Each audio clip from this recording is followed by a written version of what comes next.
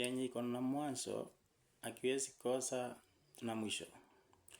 Mwanzo namshukuru mheshimiwa kwa mazuri aliyenifanyia.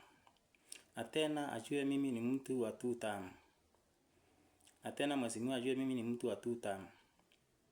Alafu ombi langu kwa serikali nisaidiwe nipate judgment.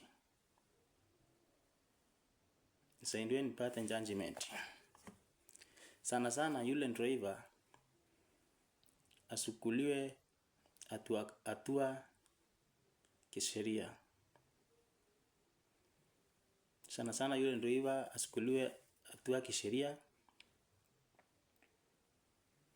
Na tena sababu sijui amelipwa mara ngapi kuangamisha maisha ya watu sababu ya pesa.